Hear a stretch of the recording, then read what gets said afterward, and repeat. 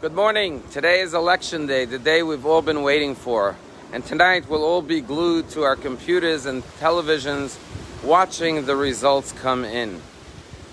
You know, sadly, in certain parts of the country, like New York and California, people are boarding up their stores in anticipation of, God forbid, there being riots or violence or looting.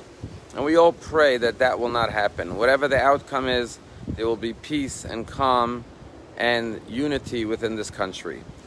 And so let me just share with you that in this week's Torah portion, we are introduced to Abraham and how God chooses him to be the founder, the forefather of our Jewish nation.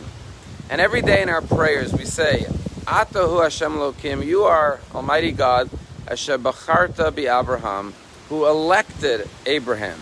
The word Bacharta means chose or elected, because in Israel, elections are called Bechirot. And the question is, why did God elect Abraham? Why did God choose and nominate Abraham to be the founder of the Jewish nation? And the answer to this question is found in this week's Torah portion, Vayera. In this week's Torah portion, it says that I chose Abraham ki adativ, because I loved him. Why? Laman ashi yitzave et banav et beiso achra, because he instructs his children and his family la'asot, to perform staka u'mishpat, charity and justice. And the question is, charity is generosity, compassion, going above and beyond the requirement. Justice is what is just. What does it mean when God says, I chose Abraham? Because he instructs his family to do and perform charity and justice. And our rabbis say that even when something is just and you perform justice, you have to do it with compassion, with kindness, with love, with generosity of spirit. And that's the message for this election, that in our democracy, we get to choose and elect who our president will be. And that is the just and fair outcome. However, even that justice must be performed like Abraham performed it, with compassion, with sensitivity, with concern and care for our fellow human beings, our fellow Americans, and our fellow Jews.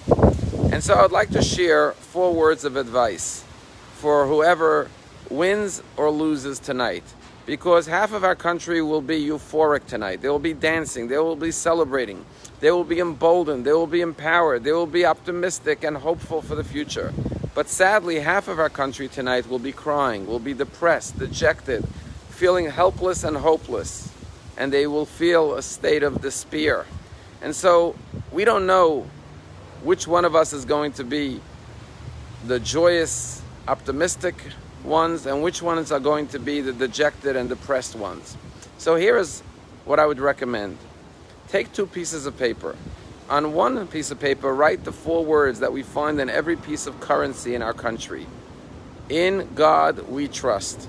And on the other piece of paper, write the 4 words from the book of Proverbs that King Solomon said, Binafol ovecha al tismach, which means in Hebrew, when your enemy falls, do not rejoice.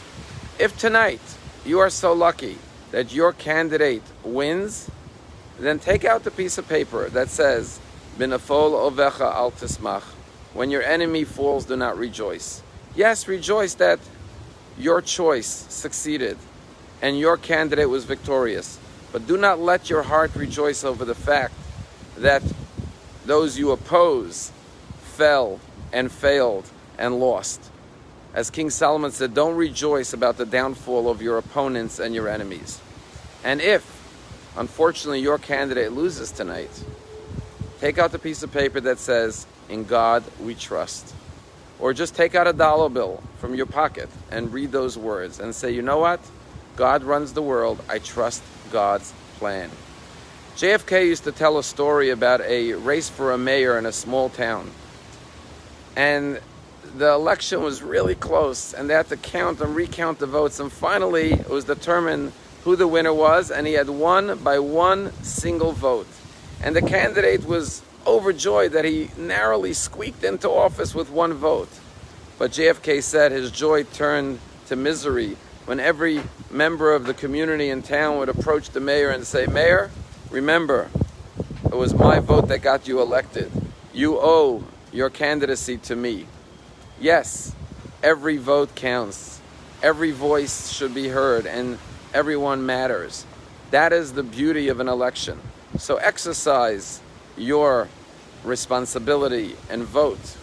But then, remember that from today onward, we must follow the words of King David in the book of Psalms.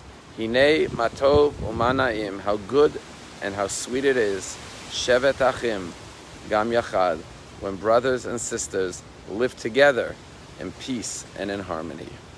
Have a wonderful day.